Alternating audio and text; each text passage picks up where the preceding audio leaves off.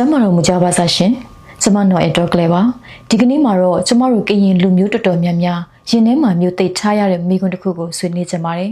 ကရင်လူမျိုးဖြစ်ပြီးဘာလို့ကရင်စကားမတက်တာလဲတချို့ဆိုရင်မှတ်ပုံတင်ထဲမှာပဲကရင်ဖြစ်ပြီးကိုကရင်မန်းအောင်မိနေကြပြီလားအထူးသဖြင့်ကရင်စကားမတက်တဲ့ဗုဒ္ဓဘာသာဝင်တွေဒါမှမဟုတ်နှက်စားကရင်တွေသွေးနှောကရင်တွေဟာကိုလူမျိုးချင်းကြားမှာတော့ဘလူမျိုးကြုံနေရလဲဆိုတာမိတ်ဆွေတို့သိပါသလားဒီမေးခွန်းတွေရဲ့အဖြေကိုကျမတို့ current fight ကလိုက်ရှာကြည့်တဲ့အခါမှာတော့စိတ်မကောင်းစရာအချက်လက်တစ်ခုကိုတွေ့ရပါတယ်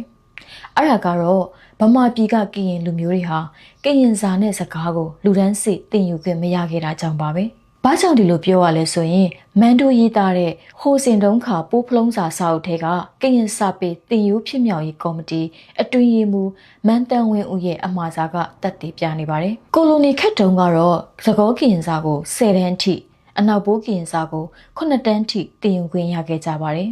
ဒါပေမဲ့ကိုလိုနီခေတ်နောက်ပိုင်းကနေ2015ခုနှစ်အထိကျောင်းတွေမှာကရင်စာတင်ယူခွင့်လုံးဝမရခဲ့ပါဘူးတွက်ကြည့်မယ်ဆိုရင်1948ကနေ2015အထိစုစုပေါင်း68နှစ်တိုင်ကျမတို့ကရင်တွေကျောင်းမှာကိုစာပေကိုသင်ခွင့်မရဘဲအခွင့်အရေးတွေဆုံးရှုံးခဲ့ပါတယ်။ဒါကြောင့်ကျမတို့မိဘဘိုးဘွားတွေကရင်စာမတက်တာသူတို့အပြစ်မဟုတ်ပါဘူး။မန်တန်ဝင်းဦးရဲ့အမှားစာမှာဖော်ပြထားသလိုပါပဲ။လူမျိုးတစ်မျိုးရဲ့အင်္ဂါရက်တွေဖြစ်တဲ့ဘာသာစကားစာပေ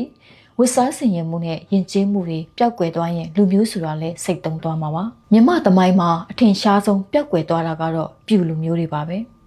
ဘာသာစကားနဲ့စာပေဟာလူမျိုးတစ်မျိုးအတွက်အသက်ဝိညာဉ်ဖြစ်တယ်လို့အများစုရဲ့စာပေလွှမ်းမိုးမှုအောက်မှာကိုယ်စာပေကိုမထိန်သိမ်းနိုင်ရင်လုံးပါပျောက်ကွယ်သွားတတ်တာလေယဉ်ကျေးမှုဓမ္မတာတစ်ခုပါပဲဒါပေမဲ့အခုတော့ကျမတို့မှာခွင့်ရည်တွေရှိနေပါပြီ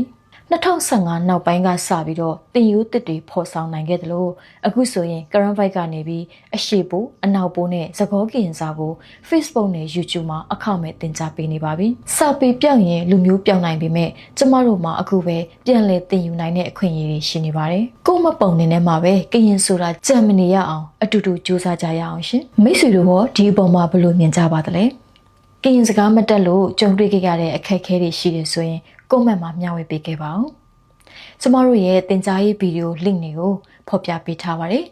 ကြည့်ရှုပေးခဲ့တဲ့အတွက်ကျေးဇူးတင်ပါတယ်ရှင်